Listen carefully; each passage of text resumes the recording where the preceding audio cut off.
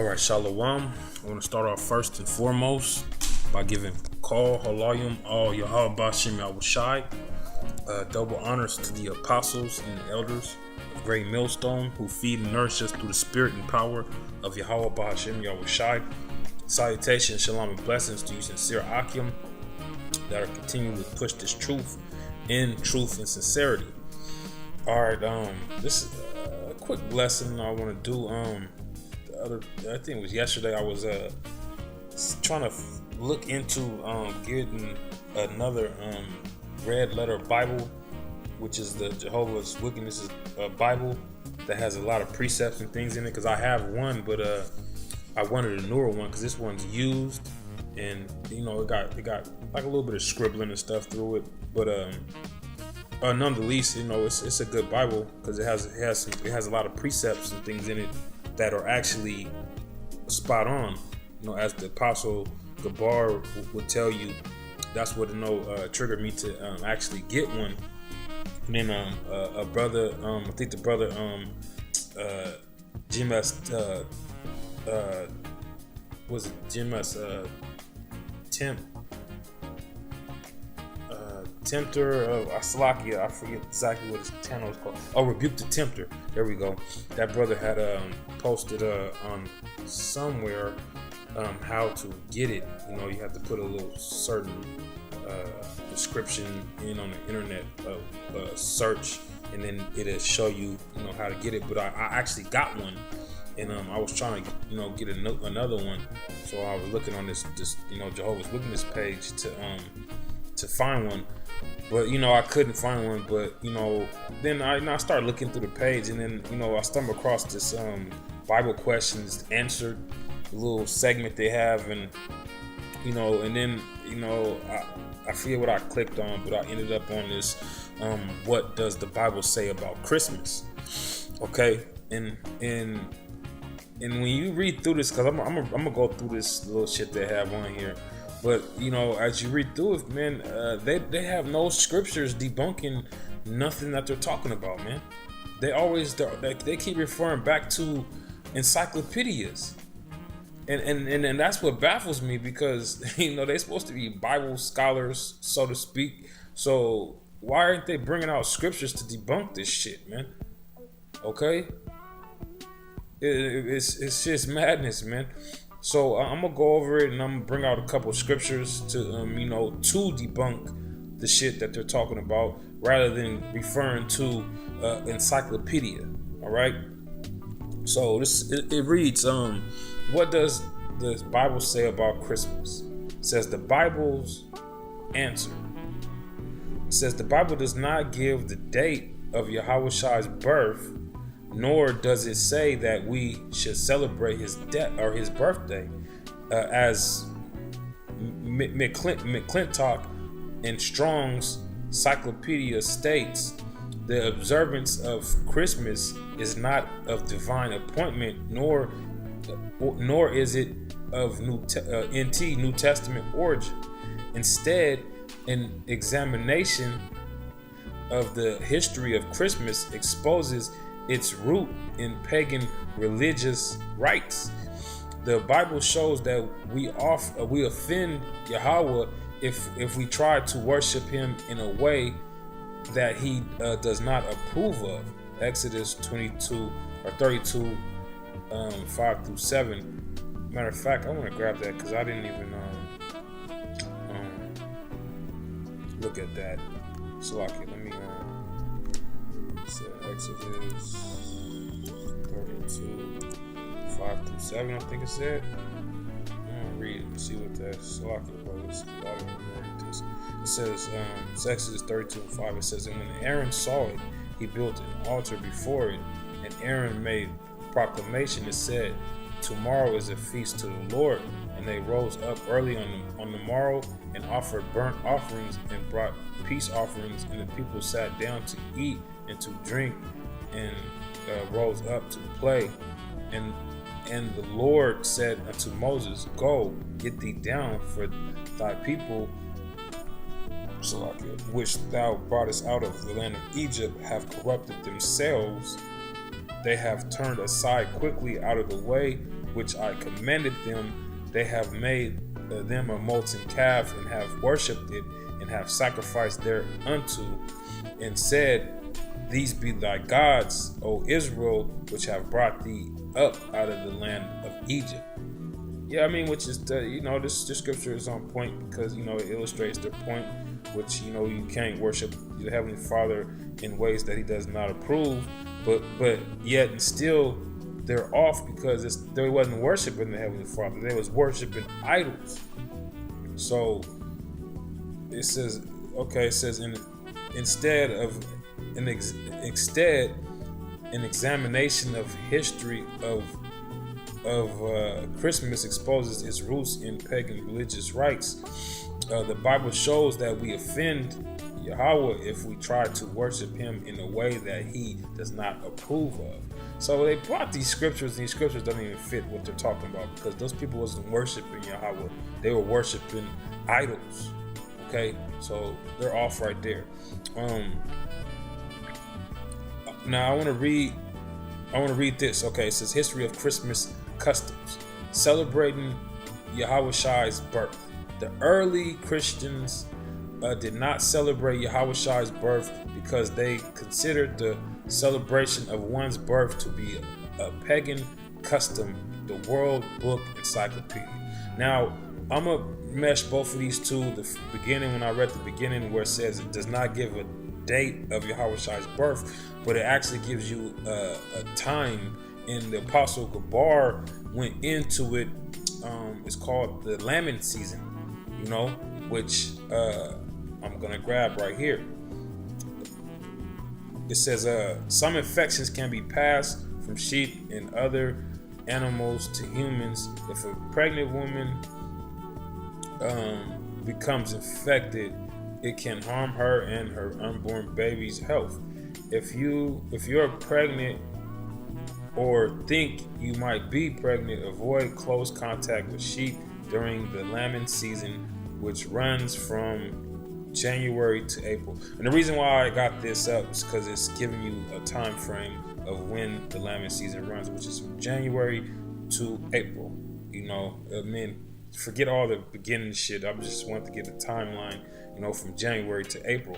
Okay, and then I'm gonna get these scriptures. This is Luke 2:6. And it was so that while they were there, the days were accomplished that she should be delivered. Which this is talking about Mary, the mother of Yahushai, which she was in a time of delivery, which she was about to have, about to give birth. All right. Verse 7, and she brought forth her firstborn son, and wrapped him in swaddling cloths, and laid him in a manger, because there was no room for them in the inn. Okay, and now we're about to get to the point. Verse 8, and there were in the same country shepherds abiding in the field, keeping watch over their flock by night. Okay, and from knowing the time of lambing season, which is from January to April, we can extrapolate that this was not in January, because nowadays January is in the dead of winter, towards the end of winter. So it had to be when the weather was more fair, which you're not going to be out in the cold with your sheep, because when it's winter time, the sheep will be in the barn.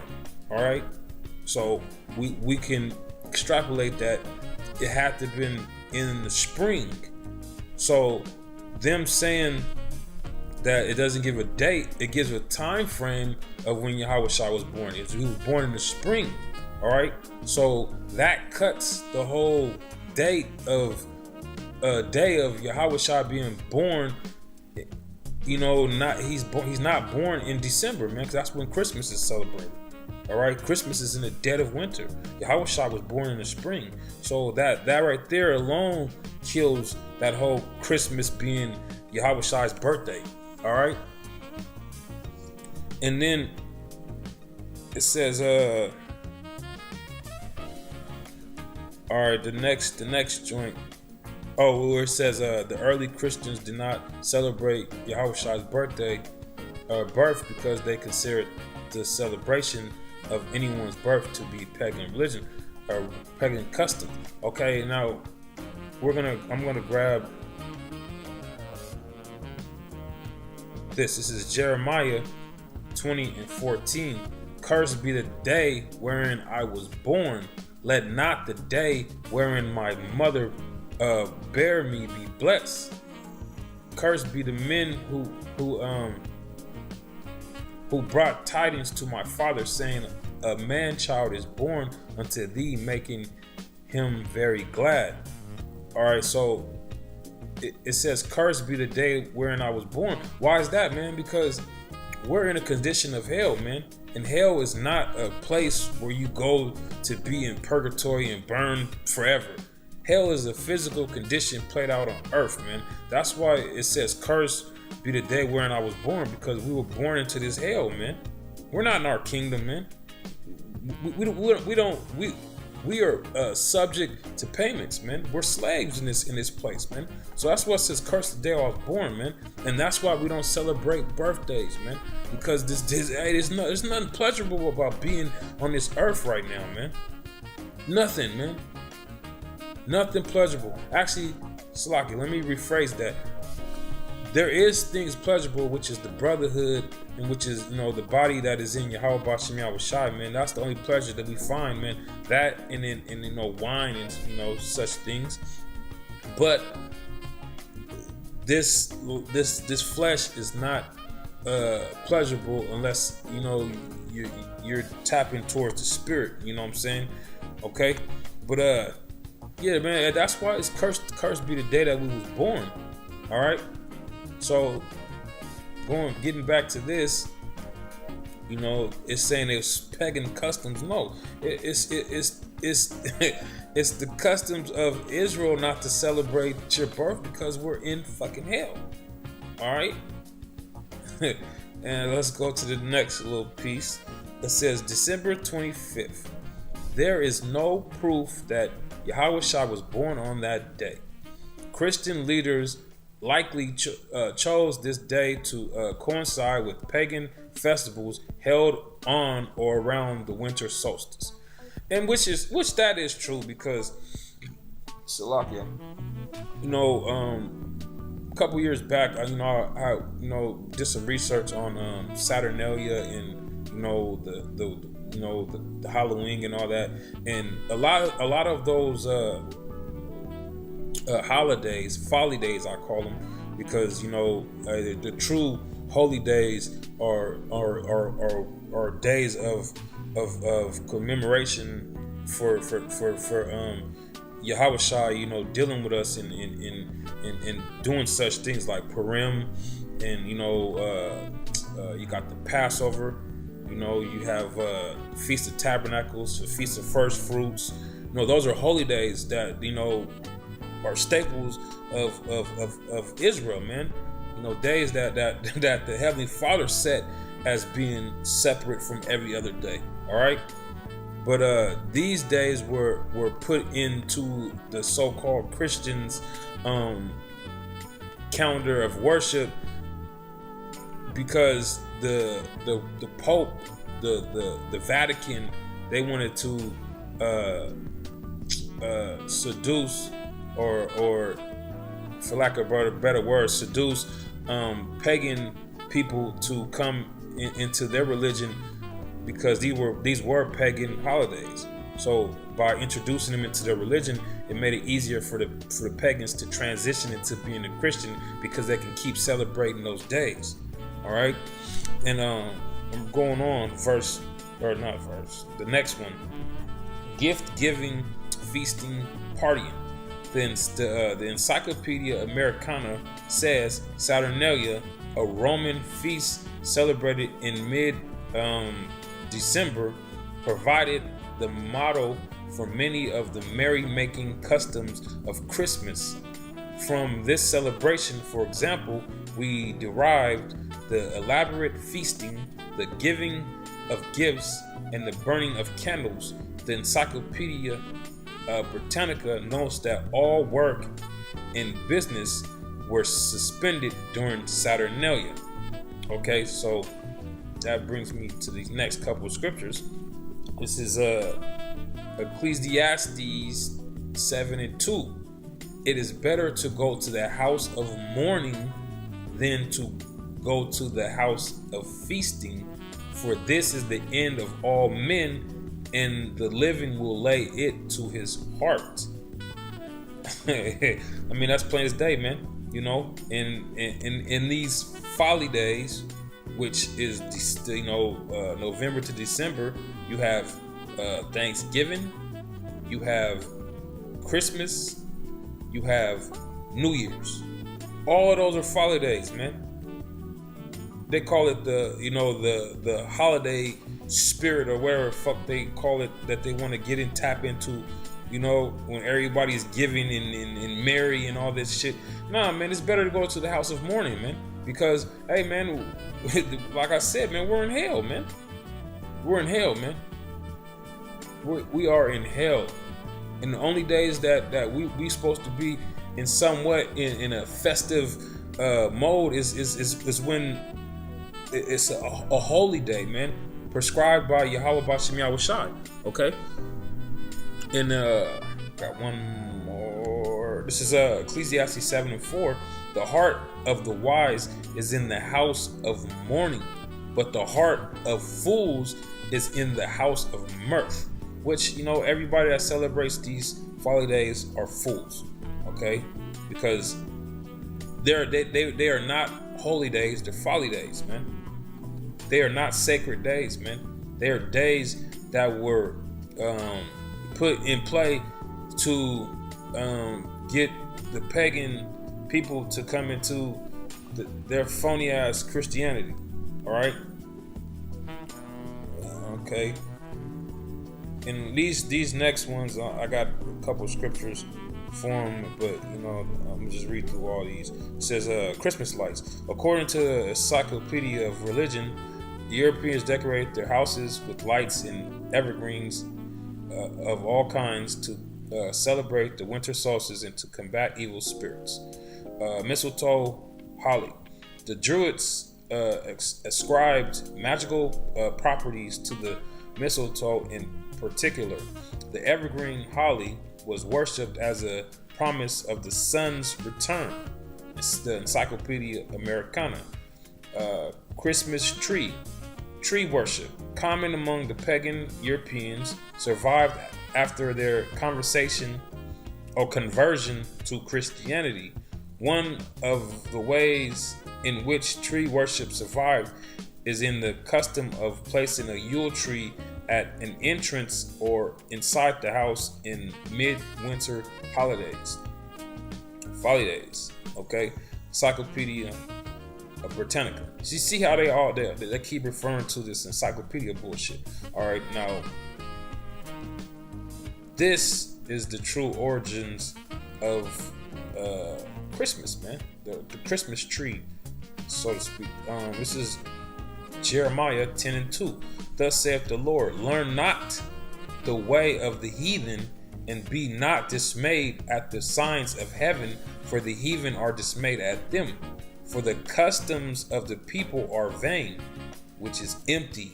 Okay? For one cutteth a tree out of the forest, the work of the hands of the workman with an axe. They deck it with silver and with gold. They fasten it with nails and with hammers, that it move not. So the origins of Christmas, the Christmas tree, came along well before the Romans. It's actually the Hamites, man. The Hamites that if Slovakia is not the Hamites, it's like the Hamites or the Babylonians, you know, which are Hamites, you know. Are they Assyrians, Babylonians? Slovakia, it was the Babylonians. Babylonians, they created this fucking Christmas tree, which is commemoration of Nimrod's penis, man. So I was looking for the scripture, but I couldn't find it. Where it tells you, I think it was Nimrod's mother who started. She got the tree and she put the gold and the silver on it, and all in commemoration of Nimrod. So that's the origins of the Christmas tree, and they didn't come with no scriptures, man, except for this one at the top right here, which didn't even prove the point that they was trying to make, man. All right. And with that, I pretty much hit my points. I'm just gonna say shalom. Call all Yahweh Shem Shai. Double honors to the apostles and elders of the great millstone. Citations, shalom and blessings to you, sincere Hakim out there. Shalom. Shabbat shalom, I should say. Salakia.